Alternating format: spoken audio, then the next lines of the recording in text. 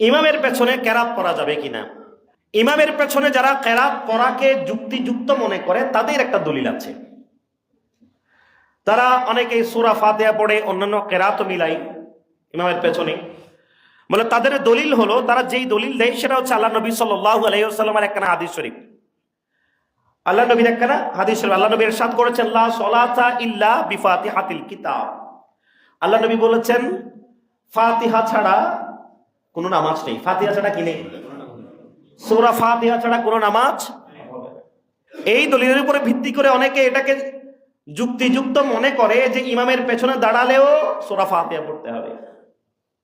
কথা বুঝতে পেরেছেন?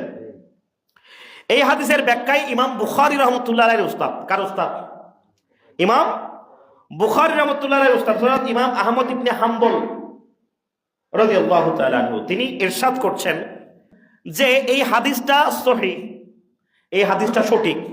তবে হাদিসটা কোন এতেবারে আল্লাহ নবী ইরশাদ করেছেন, কোন অবস্থার পরিপ্রেক্ষিতে, কোন অবস্থার পটভূমিতে, মানে কোন কারণে হাদিসটা আল্লাহ নবী বলেছেন আমাদেরকে সেখানে যেতে হবে, আমাদেরকে সেই মূল কারণে, মূল উদ্দেশ্য কি ছিল, মৌজু গরজ কি ছিল সেটা বিবেচনা করতে হবে। শুধু হাদিস শুনে, কোরআন শুনে দৌড় দিলে হবে না। প্রতিটা কোরআন এবং হাদিস যে কোনো একটা অবস্থার পরিপ্রেক্ষিতে নাজিল হয়েছে। কথা বলেন ঠিক কিনা? হযরত ইমাম আহমদ ইবনে হাম্বল রাদিয়াল্লাহু তাআলা বলেন হাদিসটা ঠিক আছে, তবে এই হাদিসটা এটা হলো ইদা কানা ওয়াহদাহু লিমান ইউসাল্লি ওয়াহদাহু। বলে এই হাদিস কানা, ইমাম আহমদ ইবনে হাম্বল বলেন, বলে এটা শুধু ওই ব্যক্তির জন্য প্রযোজ্য, আল্লাহ নবী ওই ব্যক্তির জন্য বলেছেন যে একাকী নামাজ পড়ে। যে কি? এটা একাকী নামাজ পড়ে এমন মুসল্লির জন্য বলেছেন। সে যাতে সূরা ফাতিহা বাদ দিয়ে অন্য সূরা দিয়ে নামাজ না পড়ে, শুধু অন্য সূরা দিয়ে নামাজ পড়লে হবে না, সাথে সূরা ফাতিহা বাধ্যতামূলক, সূরা ফাতিহা পড়তে হবে।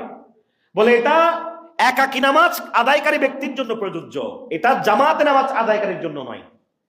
আবু হুরায়রা রাদিয়াল্লাহু তাআলা আনহু থেকে একটা হাদিস শরীফ, আবু হুরায়রা থেকে বর্ণিত, তিনি বলেন যখন ইমাম নিযুক্ত করা হয়, ইমামের পেছনে যখন ইক্তেদা করা হয়, তখন ফাইদা কাব্বারা ফাকাব্বারু, তিনি যখন তাকবীর বলে তোমরা তাকবীর বলবে। তোমরা কি বলবে? তাকবীর পড়বে। ওয়া ইদা উরিয়া, তিনি যখন তেলাওয়াত করে ফাংসিতু, তখন তোমরা চুপ থাকবে। তখন কি থাকবে? চুপ থাকবে। এই হাদিসটা ইমাম আহমদ ইবনে হাম্বল রাদিয়াল্লাহু তাআলা বর্ণনা করেছেন এবং সহিহ বলেছেন। ইমাম আবু দাউদ রাহমাতুল্লাহ আলাইহি তিনি সহিহ বলেছেন এটাকে। ইবনে মাজা হাদিসের কিতাবের মধ্যে এটাকে সহিহ সনদে বর্ণনা করা হয়েছে। ইমাম নাসাই রাহমাতুল্লাহি আলাইহি তিনি এটাকে সহিহভাবে বর্ণনা করেছেন। এছাড়াও ইমাম মুসলিম রাহমাতুল্লাহ আলাইহি মুসলিম শরীফের মধ্যে এটা সহিহ সনদে বর্ণিত হয়েছে। সুবহানাল্লাহ।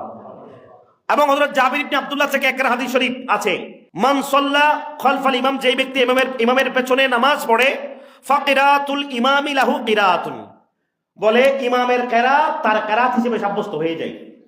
ইমামের কেরাত মুক্তাদির কেরাত হিসেবে সাব্যস্ত হয়, মানে ইমামের কেরাত যথেষ্ট। এই আব্দুল্লাহ ইবনে জাবিরের হাদিস কানা হযরত ইমাম আহমদ, ইমাম মুহাম্মদ, ইমাম তহাবি, তারা সকলে এই হাদিসটাকে সহিহ সনদে বর্ণনা করেছেন। এটার উপরে তারা আমল করেছেন। সুবহানাল্লাহ পড়েন।